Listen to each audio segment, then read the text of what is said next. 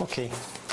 Bom, se é que a gente pode chamar assim de projeto de videoaula, é uma tentativa de alcançar um público mais amplo da turma de sociedades complexas, no contexto atual em que a gente tem uma paralisação de vários setores da Universidade de Brasília.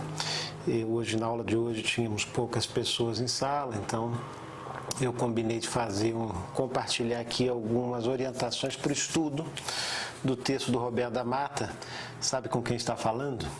No livro Carnavais, Malandros e Heróis. E é isso que eu vou fazer agora. Espero que isso ajude vocês a entenderem melhor a proposta do texto. Nesse vídeo de hoje, a gente vai se concentrar na primeira metade do texto, a parte que foi combinada para a leitura para a aula dessa sexta-feira.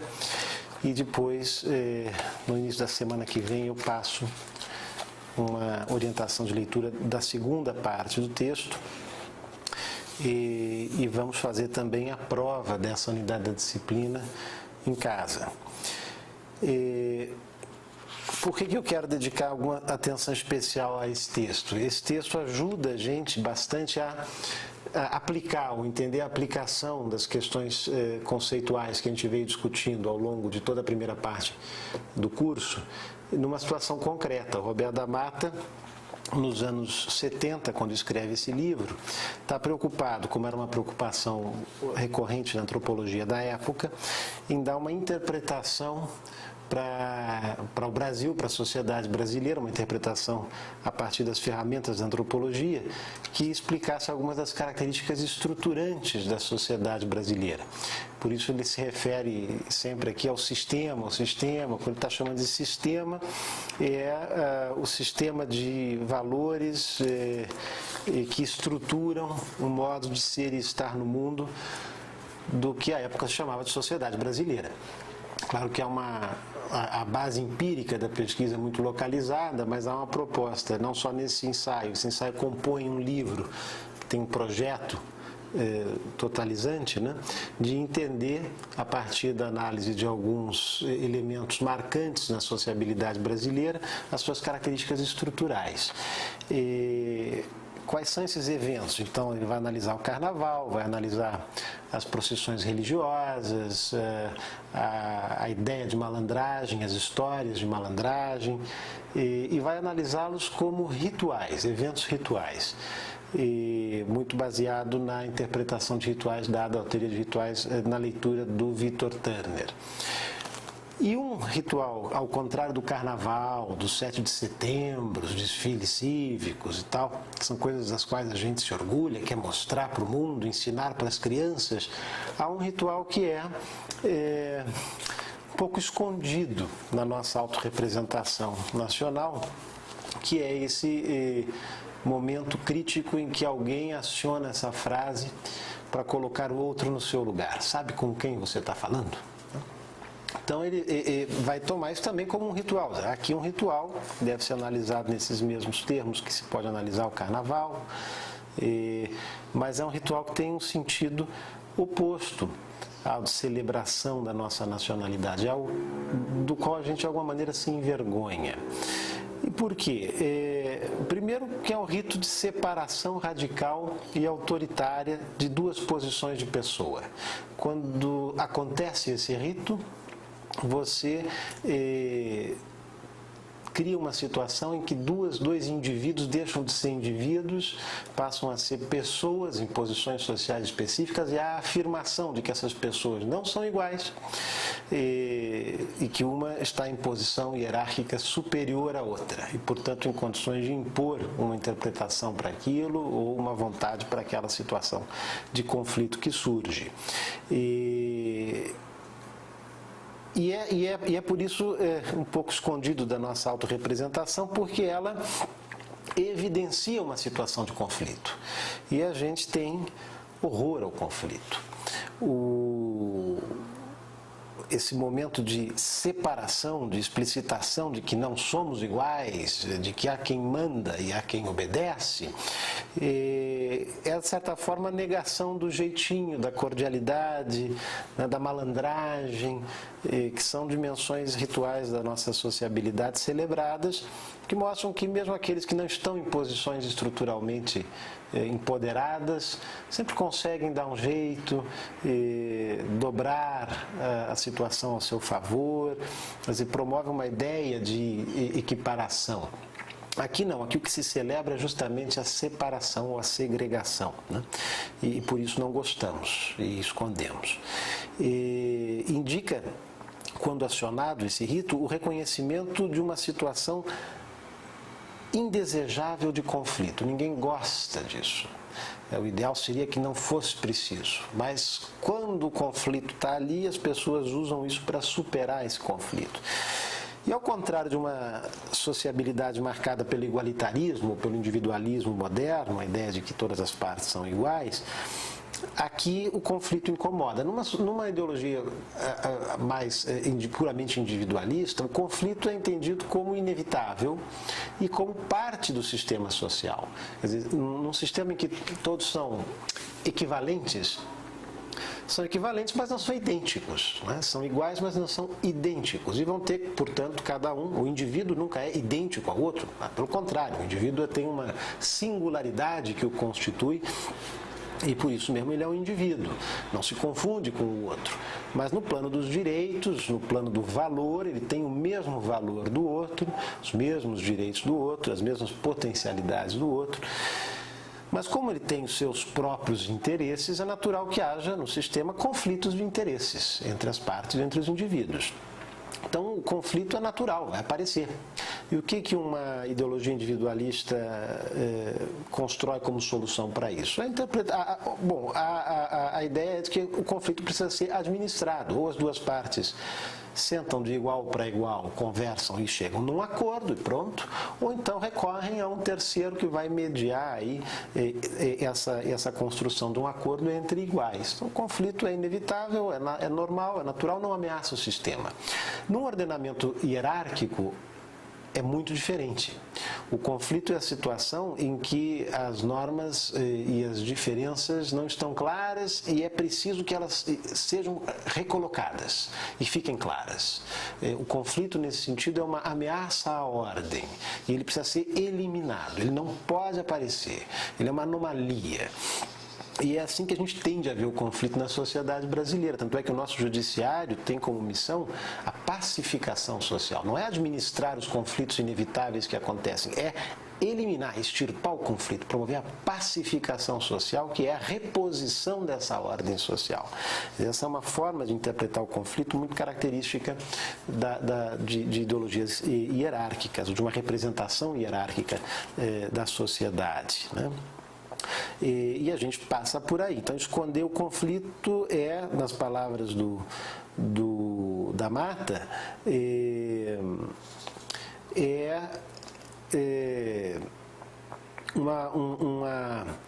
uma marca do nosso esqueleto hierarquizante. E aí eu cito ele, na página 184, pelo qual o mundo tem que se mover obedecendo às engrenagens de uma hierarquia que deve ser vista como natural. Quer dizer, há uma hierarquia que é natural e, portanto, cada um sabendo o seu lugar, não haverá conflitos, não é? Porque sempre vai ter alguém que está habilitado a mandar e outro que sabe muito bem que deve obedecer. Quando há um conflito é porque as pessoas perderam a noção do seu lugar. E aí é preciso recolocar essa noção e essa frase maravilhosa faz isso. Sabe com quem está falando? Né? Ponha-se no seu lugar. Essas são as outras versões positivas dessa interrogativa. Bom, o conflito é visto, então, nesse esqueleto hierarquizante como uma revolta a ser reprimida para a restauração da ordem, né? Acho que ele diz muito bem aqui na página 185, nesse quadro o conflito não pode ser visto como um sintoma de crise no sistema, mas como uma revolta que deve e precisa ser reprimida. Então, quando surge um conflito, a gente tende a ver o conflito como culpa de alguém que não está seguindo o que o sistema mandou que se seguisse, né? Então, como crise, o esforço seria para modificar se o conflito fosse visto como uma crise sistêmica, o esforço seria para modificar toda a teia de relações implicadas na estrutura. Mas como revolta, o conflito é pessoalmente circunscrito, é culpa daquela pessoa que não sabe o seu lugar, né? E assim resolvido, colocando a pessoa no seu lugar, né? E é como faz o Pedro Malas Artes, que é o objeto de um outro capítulo dele, aquela figura mítica, mitológica, né, do malandro, o rural brasileiro, né, uma espécie de caipira, que muito esperto, embora esteja numa posição mais baixa do nível social, despossuído de tudo, consegue sempre, pela sua esperteza, passar a perna no fazendeiro, no poderoso e tal, né?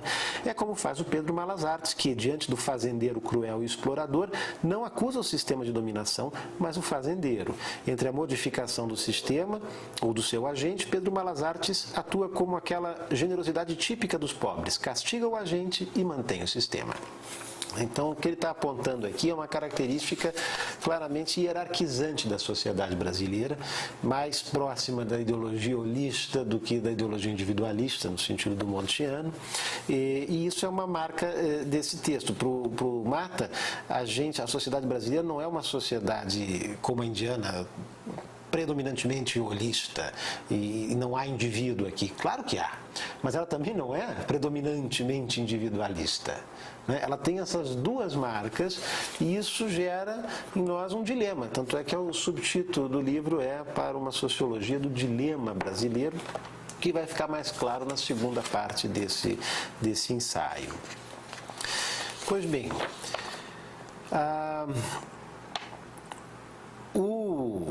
o que se faz também nesse rito do sabe com quem você está falando é trazer à consciência uma consciência de posição social, né? Reforçar nas pessoas a ideia de que existem diferentes posições, cada macaco no seu gado, e isso é uma característica das sociedades de corte, das sociedades nesse sentido pré-modernas, como a gente viu lá no Elias, né? Em que a ética da relação é marcada muito por uma etiqueta na forma como você trata, como você diz sem dizer, como você considera o outro e faz deferências ao outro. E aí ele traz uma boa citação do Tocqueville, que vocês vão lembrar do Tocqueville no texto do Dumont, né? Quando Dumont cita extensamente o Tocqueville para mostrar o que seria esse individualismo, né? Que surge aí historicamente na modernidade, ele cita o Tocqueville para mostrar como que a nossa sociedade, quer dizer, que característica é essa de uma sociedade de corte hierárquica que gera uma tremenda insegurança ou ansiedade em quem está se relacionando com ela. Você nunca sabe exatamente como tratar o outro, se você não dominar muito bem o código da etiqueta. Você está sempre correndo o risco de provocar no outro provocar um insulto ao outro, né? Quer dizer, não tê-lo tratado com a deferência que deveria ter tratado. No Brasil, a gente tem constantemente esses momentos cinzentos da vida social em que você não sabe se você deve chamar o outro de professor ou de você, ou pelo nome. Será que ele vai se ofender se eu chamar ele pelo nome? Porque não há uma regra clara, estabelecida e compartilhada, e é óbvio que deve ser assim, né? A gente vive nessa nuance, entre um mundo mais igualitário, vamos chamar de você, né, pelo nome e tal, e um mais hierárquico, em que se eu não usar o título adequado, o sujeito se ofende. Isso é o que o Luiz Roberto Cardoso de Oliveira vai chamar num outro texto, a gente não vai passar por isso aqui no curso, mas enfim, de mundo cívico mal conformado. Eu cito isso no meu texto que a gente discutiu na aula passada, né? Você nunca tem certeza, não está claras as regras sobre qual é a ética que está vigindo. É a hierárquica ou é a individualista ou igualitária, né? E não sabemos bem exatamente. Então é mais uma característica dessa dualidade do nosso dilema. E quando é usado o rito do você sabe com quem está falando, é para marcar claramente que ali está valendo sim uma ética hierárquica e a pessoa tem que ter ciência do seu lugar, né? E colocar quem está dizendo aquilo no seu lugar, né? Alguém que pode dizer aquilo, né? Tem, claro, regras de uso, não é qualquer um, é em qualquer momento que se pode dizer isso para surtir o efeito que o rito faz, né? Ele é cuidadoso em mostrar isso, mas ao mesmo tempo, também não é um rito acionado apenas por aqueles que estão em posições estruturalmente dominantes na sociedade. Ele é um rito que atravessa o tecido social de cima a baixo. E você vai ter, por um sistema de identificação vertical, o empregado, o motorista do ministro, também usando, sabe quem está falando? Sou o motorista do ministro. Em muitos casos, para promover aí sim uma diferenciação entre iguais, né? Quer dizer, aqueles que estão numa posição estruturalmente inferior na sociedade, não estão todos na mesma posição, porque um é motorista do ministro, o outro não é, né? Então, nesse sentido, é um rito de diferenciação, de separação, mais um exemplo dessa fala como um rito de separação radical e autoritária, né, para afirmar uma hierarquia baseada na identidade social, né? Tem aí uma tonalidade pessoal muito forte. E aí aqui a gente começa a falar dessa noção de pessoa, que vai ser mais discutida na próxima parte do texto, mas é importante a gente adiantar alguma coisa, né? Que vem lá do Moço e do Dumont. E no Brasil, a gente também tem essa característica, a gente avalia muito os nossos interlocutores a partir dessa categoria. É ou não uma boa pessoa? Fulano é uma boa... Fulano até que não é bom professor, mas ele é uma boa pessoa, né? E o que é essa boa pessoa? E por que isso é tão importante na sociabilidade brasileira? Quer dizer, o sujeito pode até ser um incompetente, um chato, mas o importante, o principal é que ele seja boa pessoa, porque não adianta nada o cara ser super competente, profissional e não sei o quê, mas uma péssima pessoa, né? O ser uma boa pessoa e reconhecido como pessoa aqui tem uma importância na sociabilidade brasileira muito marcante, e o Mata explora isso aqui. Nessa ideia de como que, mesmo se você pensar numa classe trabalhadora, né, ela não constrói uma consciência de oposição ao patrão como mal em si, porque existe o bom patrão e o mau patrão.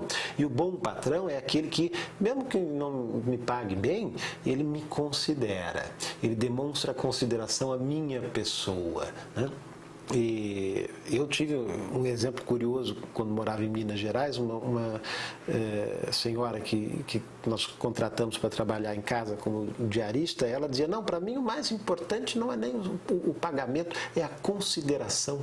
Quer dizer, o que é a consideração? É você aceitar enredar-se numa relação pessoal e aceitar enredar-se numa posição hierárquica com aquela pessoa, né? Então, que se pressupõe, no caso de relação, por exemplo, entre o patrão e a empregada diarista, que ele esteja disposto a apoiá-la nas questões que ela precisa resolver com o Estado, que ela padrinhe a sua filha ou a sua neta.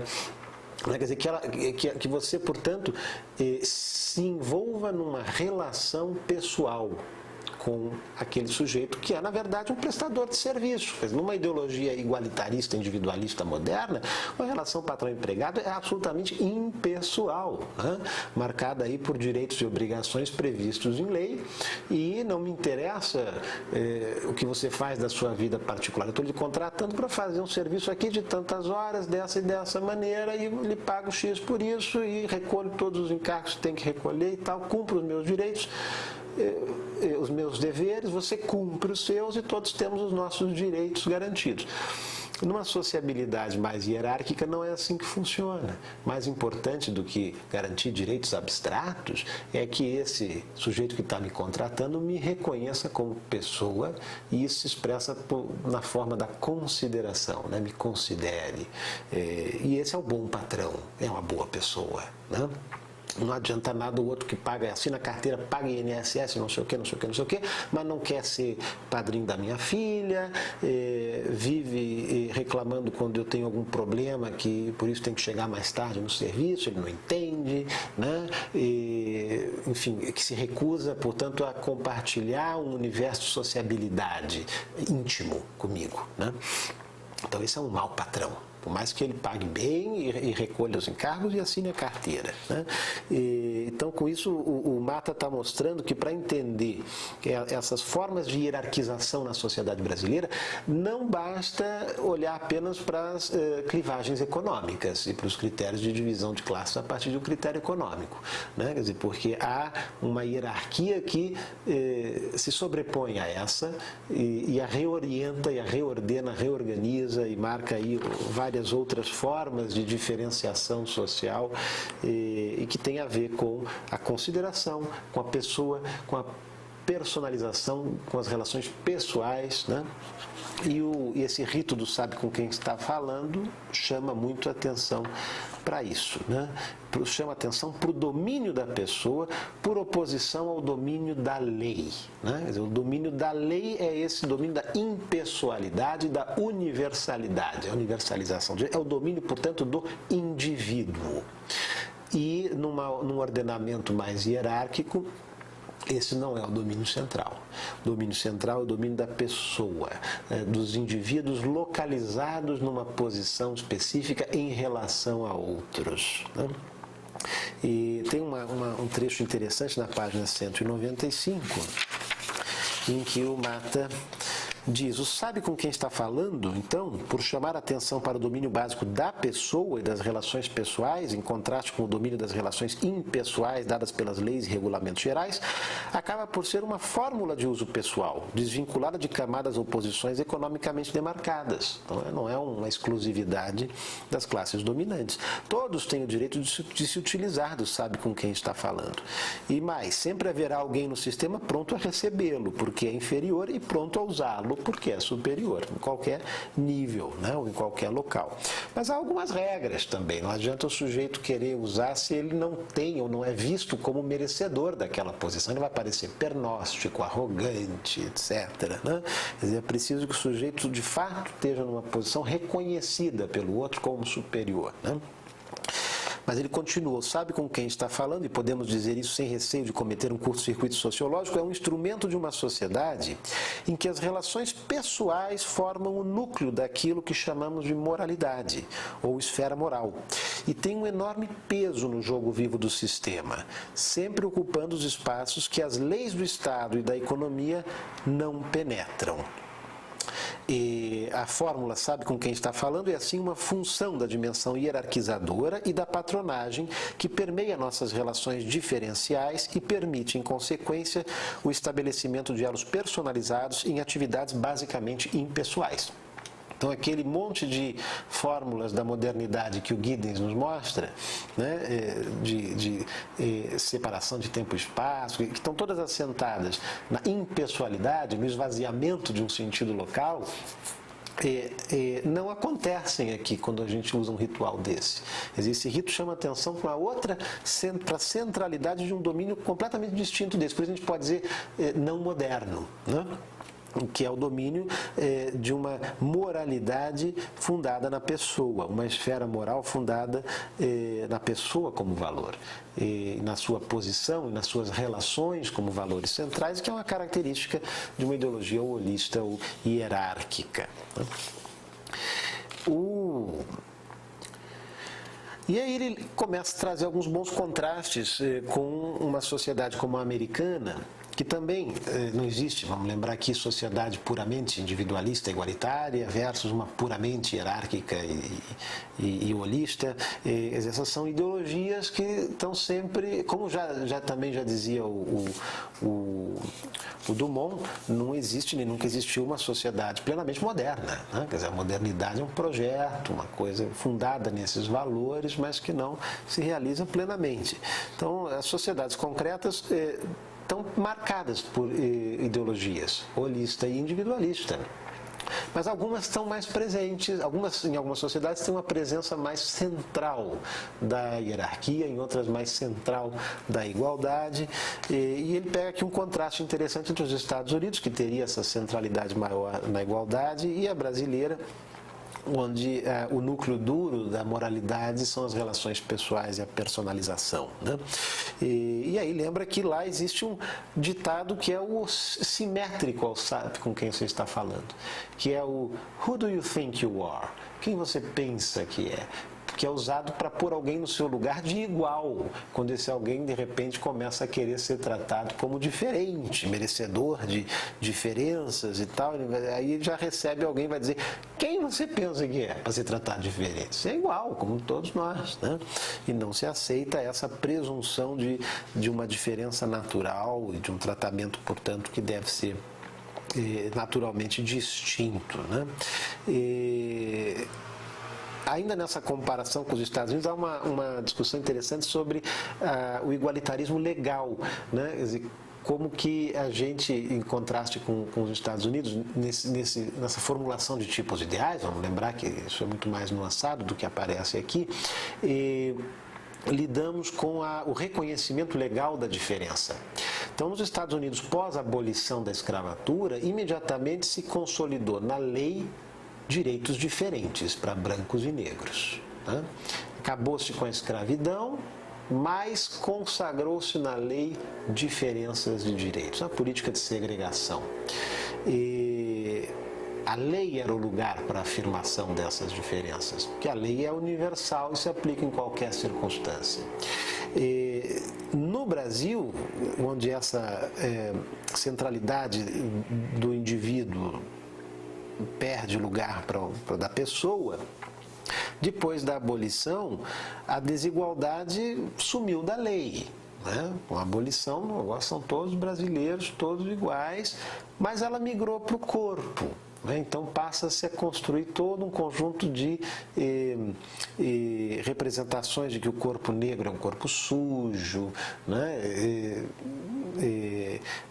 Perigoso, né? Não está na lei, mas está no corpo e vai continuar muito vivo na separação, na segregação e na hierarquização das relações entre negros e brancos no Brasil. É o racismo à brasileira, ele não se cristaliza na lei, ele não está lá escrito, né? Mas ele se cristaliza em práticas, muitas delas que transferem para a corporalidade, para uma dimensão estética, uma desigualação moral, que não é legal, né? Então, numa ideologia hierárquica, o espaço para desigualação moral é muito maior do que uma ideologia individualista, em que a desigualação deve se fazer, quando caso, pela lei. Inclusive, para políticas de ação afirmativa se faz pela lei uma desigualação para compensação, etc. e tal, né? Como acontece nos Estados Unidos. Quando se chega no Brasil, mistura e bagunça um pouco essa nossa imaginação, a maneira como a gente costuma até hoje imaginar, como ele diz, o esqueleto hierárquico, né, que a gente guarda bem escondidinho na nossa sociedade.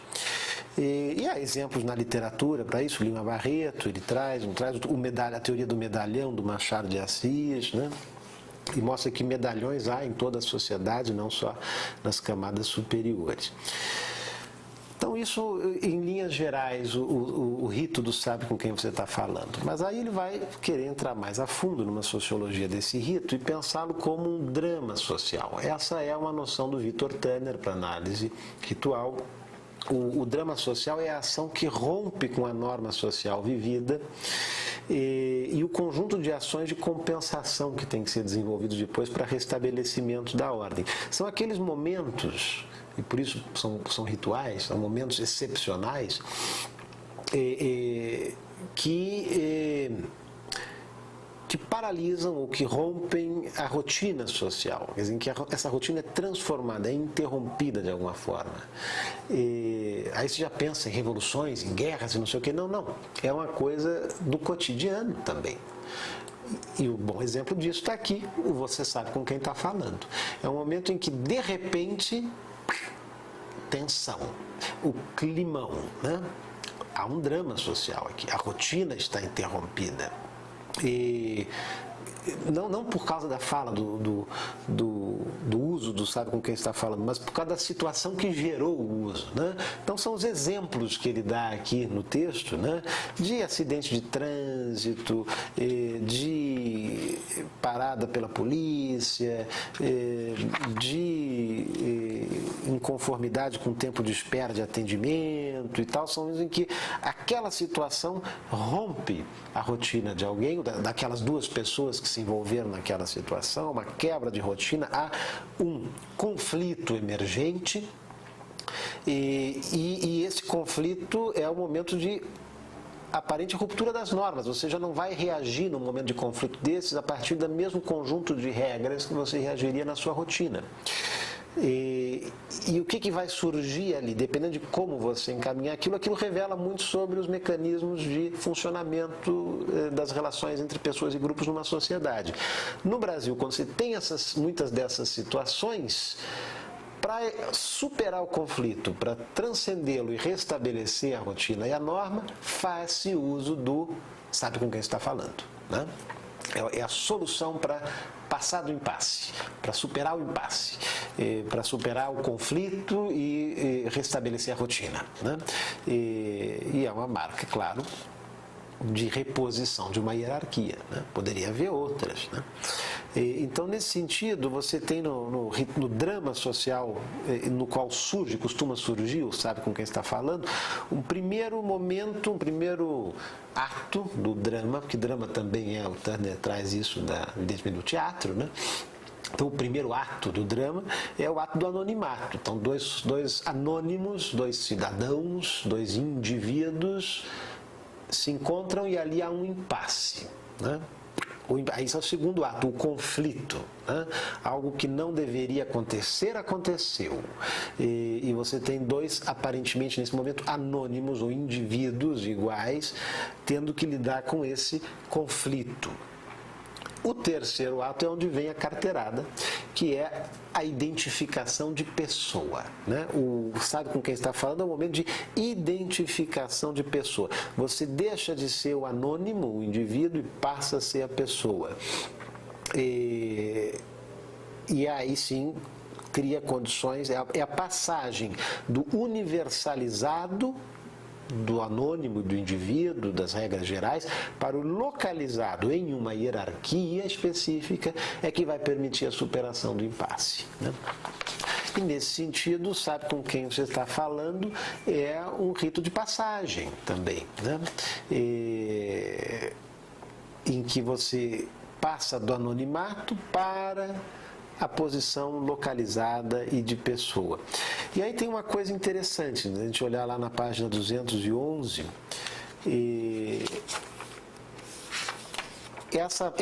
se isso é uma passagem do anonimato para a localização pessoal e relacional, ela só pode acontecer em sociedades que tenham o anonimato presente, inclusive como parte da norma constitutiva da sociedade. E essas são as sociedades modernas, né? Podemos dizer modernidade, a parte da modernidade, essa impessoalização, a burocratização, né?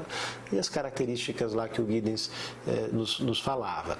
Em sociedades ditas tribais, ou mesmo em sociedades rurais, pequenas vilazinhas do interior, todo mundo conhece todo mundo, não há anonimato.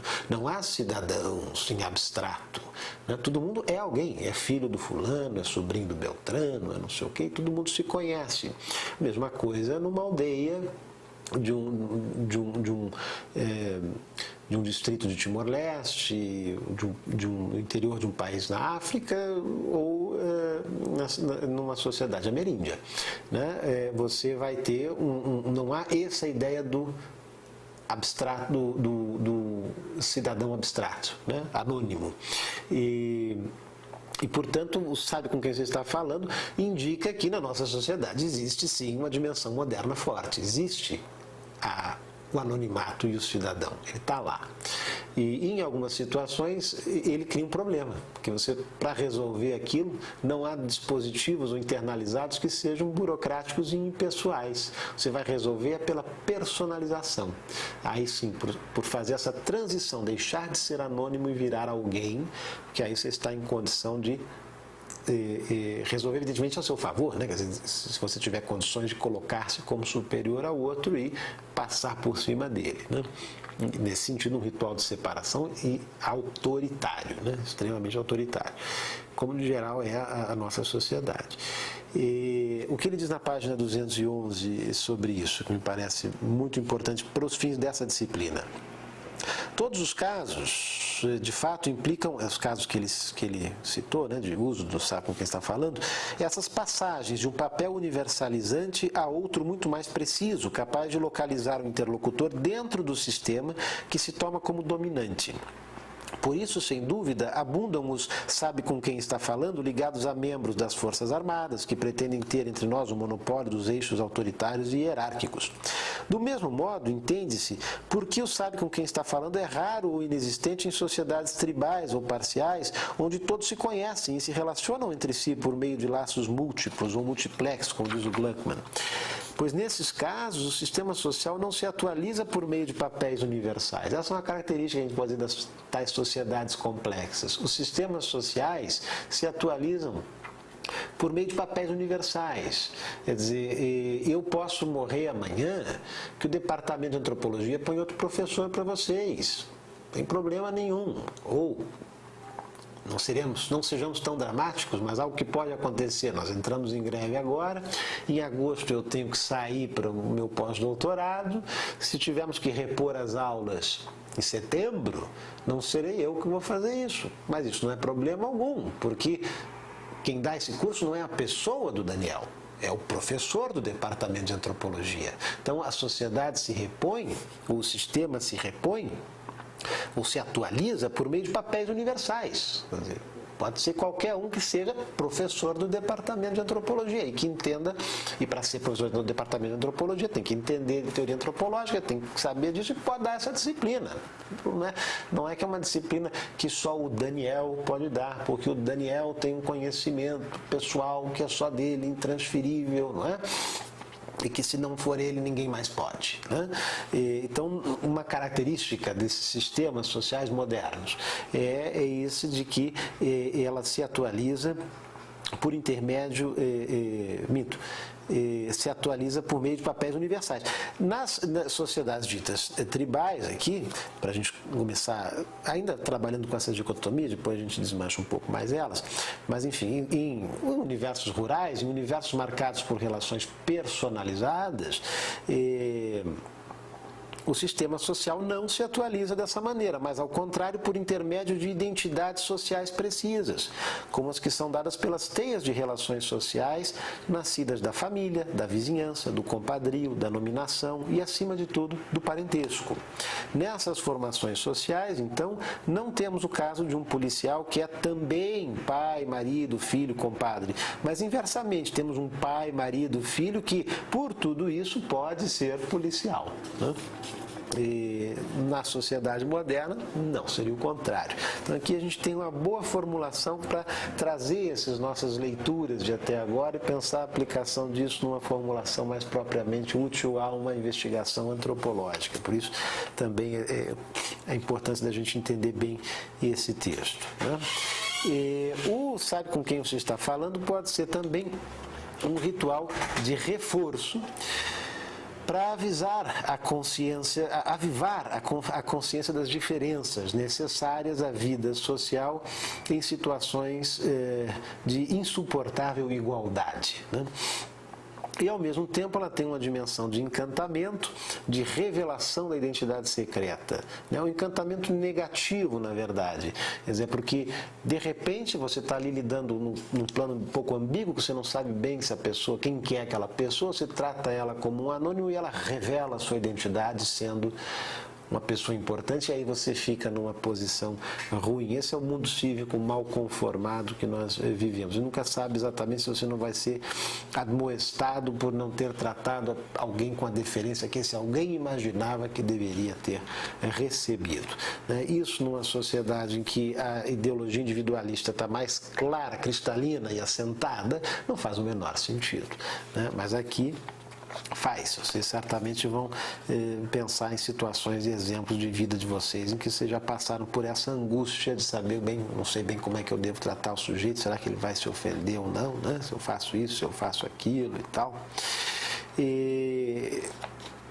E isso tem uma implicação para a gente pensar a relação com o universo legal. E por isso esse texto é tão interessante para quem pensa em antropologia do direito, né? Ele vai dizer na página 216, né, que uma consequência dessa revelação do encantamento, essa revelação negativa do encantamento, é que alguém pode inclusive ser punido por ter tentado cumprir a lei, né? Ele diz aqui, pois a identidade que surge do conflito é a que vai permitir hierarquizar pela possibilidade de fazer cumprir a lei. A moral da história aqui é a seguinte: confie sempre em pessoas e em relações, como nos contos de fada. Nunca em regras gerais ou leis universais, né? Quer dizer, o guarda quer lá multar, quer fazer cumprir a lei. A gente teve um caso recente de uma guarda de trânsito que pegou um juiz, né, numa blitz de bafômetro, e fez questão de enquadrar o juiz. O juiz deu a carteirada, claro, mas ela não se curvou, cumpriu a lei. O juiz processou ela e ganhou, né? Tem gente que processou, quem foi julgar foi um outro juiz. Como que pode tratar mal o juiz desse jeito? Ela processou por danos morais e ganhou. Depois ela teve que fazer uma vaquinha, né, na internet para conseguir pagar a indenização para o juiz. Quer dizer, uma loucura, né? Mas o que é isso? É exatamente isso que o Mata está dizendo aqui já há 40 anos, né? A moral da história aqui é a seguinte: confie sempre em pessoas e em relações, nunca em regras gerais ou em leis universais. Sendo assim, tememos, e com justa razão, esbarrar a todo momento com o filho do rei, ou se não com o próprio rei. É necessário, pois, estar bem atento para a pessoa com quem está realmente falando, o que leva a um estilo de relacionamento pessoal íntimo e às vezes descontraído no Brasil, como notam sistematicamente os estrangeiros que nos visitam. Brasileiro sempre gente boa, cordial e tal. Não há dúvida que temos cordialidade, mas também não parece haver dúvida de que essa cordialidade está dialeticamente relacionada à lógica brutal das identidades sociais, seus desvendamentos e o fato de que o sistema oscila entre cumprir a lei ou respeitar a pessoa. Eu acho que aqui tem uma síntese que é poderosa para a gente pensar inúmeras situações contemporâneas de relacionamento da socialidade brasileira e que vem dessa articulação aí do Montiana, do individualismo e do holismo e da pessoa e do indivíduo, onde vai continuar a analisar, né? E por fim, ainda nessa sociologia que ele faz, sabe com quem está falando, temos uma articulação aqui de duas éticas que se opõem, né, de maneira dramática. Uma ética burocrática e uma ética pessoal. A lei é a ética da burocracia e ela aqui é perigosa. Se você cumpre a lei, você pode desrespeitar a ética pessoal e pagar caro por isso, né? Então, a lei nunca gozou de grande prestígio na nossa vida social, a lei no seu sentido universalizante, né? Daí a nossa, inclusive, expressão que ele menciona aqui, eu lembro, não sei, sempre que eu falo isso em sala de aula, muitos não conhecem essa expressão, para mim ela é tão conhecida, é aquela: aos amigos tudo, aos inimigos a lei, né? Porque a lei é vista como um instrumento de despersonalização, e isso é uma agressão terrível para essa ética social baseada na centralidade da moralidade pessoal, né? A lei é despersonalizante, isso é cruel. A lei, portanto, é punição. A lei não é vista no Brasil, a gente vai ver isso na segunda parte do texto, como elemento de garantia de direito, que é o que acontece num sistema predominantemente igualitário, né? Ela é a garantia de que eu não vou ser tratado injustamente. Aqui não, aqui a lei é a ameaça de eu perder a consideração enquanto pessoa. E isso continua super atual para o cenário que a gente vive hoje, né? Bom, então a gente tem, na verdade, no Brasil, um sistema duplo, diz o Mata na página 217 e 218. E com isso a gente encaminha para o encerramento aqui dessa parte, né? Um sistema duplo. De um lado, uma repressão, um aparato repressivo que é ordenado pelo Código Burocrático, a lei para punir e reprimir. E de outro, as situações concretas com as quais a gente tem que lidar no nosso dia a dia, onde o que vale são os códigos das relações. Porque a gente tem que estar atento às pessoas e tratar a pessoa com solidariedade. E quando é para reprimir, aí vale o indivíduo, a quem se aplica o rigor da lei, a não pessoa. E com isso a gente introduz então a distinção entre pessoa e indivíduo, que vai ser objeto da segunda parte desse texto. Eu peço a vocês então que leiam a segunda parte com atenção a essa distinção entre pessoa e indivíduo e as consequências que o Da Mata tira disso para pensar o papel da lei e do direito, da relação da sociedade brasileira com a lei e com o direito, né? E o quanto há aí de ambas as dimensões, igualitária, moderna e hierárquica tradicional na nossa sociabilidade, né? E como que isso configura um dilema brasileiro. Qual será então, afinal, o dilema brasileiro? Essa é a pergunta que eu quero que vocês respondam ao lerem a segunda parte desse texto. O que é esse dilema, afinal? Um dilema que vem desse, como ele diz, sistema duplo, né, que nós temos na sociedade brasileira. Bom, eu espero que isso tenha ajudado vocês a compreender melhor a primeira parte do texto e espero que ajude isso a compreender melhor a segunda também. Eu vou voltar a postar um vídeo aqui mais para frente sobre a segunda parte do texto e em seguida vou passar a mandar por e-mail para a lista para vocês a prova, para vocês me entregarem até a próxima sexta-feira da semana que vem, naturalmente, né? Acho que é dia 4 de maio, é isso. Bom, é isso. Qualquer dúvida, escrevam aí nos comentários. Eu, na medida do possível, responderei, ou me mandem e-mail, enfim e tal. Vamos ver se a gente consegue discutir um pouco mais os textos aqui nesse espaço virtual, tá bom? Grande abraço, até mais.